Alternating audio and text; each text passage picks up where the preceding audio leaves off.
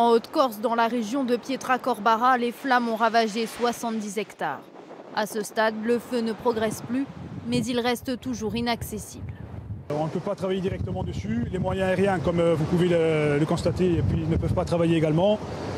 Donc pour l'instant, on se prépositionne pour éventuellement réceptionner le feu sur les maisons et les différents hameaux. La tempête frappe de plein fouet le Cap Corse. Depuis hier après-midi, toute l'île est placée en alerte orange avec des rafales à plus de 220 km/h. L'activité portuaire est suspendue jusqu'à nouvel ordre, de même que les transports scolaires. La préfecture demande aux habitants de limiter au maximum leurs déplacements, une consigne bien acceptée face à la violence des événements.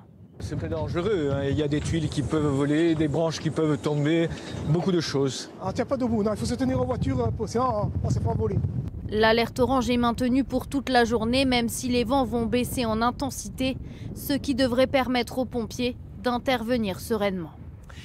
Voilà pour la situation en Corse, autre effet de la tempête Chiara, cette mini-tornade dans la Somme. Regardez, des morceaux de toiture se sont envolés. Un car scolaire, heureusement vide, s'est couché sur le bas-côté. Et puis dans le Bas-Rhin, la tempête a fait 6 blessés légers, dont 2 blessés par la chute d'un arbre à Strasbourg.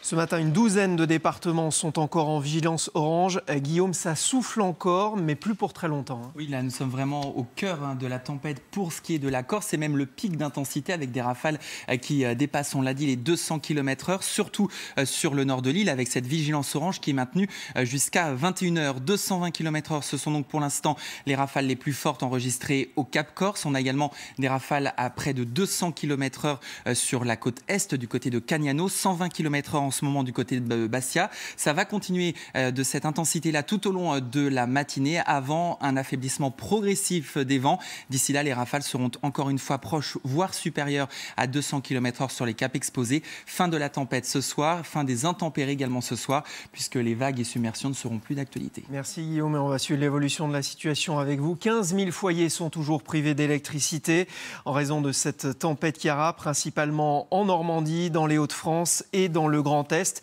Chiara qui a fait au moins 7 morts en Europe, dont 3 dans l'effondrement d'un toit en Pologne. Regardez les images. Et puis, autre image impressionnante, cette fois-ci en Allemagne. Une grue de chantier est tombée sur le toit de la cathédrale de Francfort.